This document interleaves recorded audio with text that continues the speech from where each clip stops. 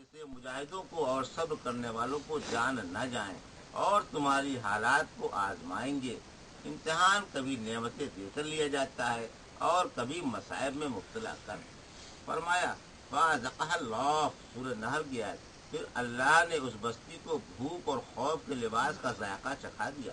چونکہ بھوک و دہشت چہرے سے نمایاں ہو جاتی ہے، اس لیے گویا انہوں نے بھوک اور خوف کا لباس پہن رکھا ہے، یہ کہ بے ایک نظر پہچان لیے جاتے ہیں۔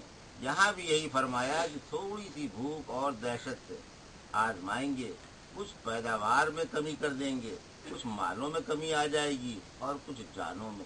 تم احباب و اقارب کی، رفقا کی اور جان پہچان کے لوگوں کی موتوں سے آزمائے جاؤ گے۔ باغوں میں پھل کمائیں گے اور کھیتوں کی پیداوار گھٹ جائے گی۔ اللہ ان تمام باتوں سے اپنے بندوں کو آزماتا ہے، پھر صبر کرنے والوں کو ثواب ملتا ہے اور بے صبروں کو عذاب۔ اسی وجہ سے فرمایا کہ آپ صبر کرنے والوں کو مصلحہ سنا دیں۔ مسلمانوں کی شان تسلیم و رضا ہے۔ اللہ نے جن صبر والوں کو کی قدر و منزلت بڑھائی ہے، وہ ہیں جو مصائب کے وقت انا للہ پڑھ کر اپنا دل بہلا لیتے ہیں اور سوچ لیتے ہیں کہ ہم اللہ کی مملوک ہیں۔ اللہ اپنے بندوں کو جس حال میں چاہے رکھے، اسے اختیار ہے، ہم راضی برضا ہیں اور ایک دن ہمیں اسی کے پاس لوٹ کر جانا ہے۔ انہیں یقین ہے کہ اللہ کسی کی رائے برابر بھی نیکی ضائع نہیں فرمائے گا، اسی لیے وہ دنیا میں صبر کر کے آخرت کے لیے نیکیاں جمع کر لیتے ہیں۔ اسی وجہ سے صبر کا جو اجر ملنے والا ہے، اس کا بیان اگلی آیت میں ہے۔ اللہ کی مہربانیاں، اس کے الطاف و کرم اور اس کی نوازشیں قیامت کے دن خاص طور سے صبر کرنے والوں پر ہوں گی۔ انہیں آخرت کے عذابوں سے نجات ملے گی اور دنیا میں ہدایت نصیب ہوگی۔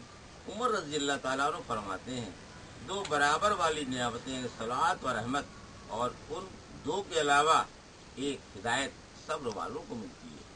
دو ہم وزن وزنوں کے درمیان جو بوجھ کی زیادتی ہوتی ہے، اسے علاوہ کہتے ہیں۔ اسی طرح صابروں کو ثواب کے علاوہ دنیا میں جو مزید نعمت ملتی ہے، وہ ہدایت ہے کہ وہ سیدھی راہ پا گئے۔ ان الصفا والمروة من شعائر الله فمن حج البيت او اعتمر فلا جناح عليه ان يطوف بهما ومن تطوع خيرا فإن الله شاكر عليم۔ یاد رکھو، صفا اور مروہ اللہ کی نشانیوں میں سے ہیں، پھر جو بیت اللہ کا حج یا عمرہ کرے، اسے ان دونوں کا طواف کرنے میں کوئی حرج نہیں، اور جس نے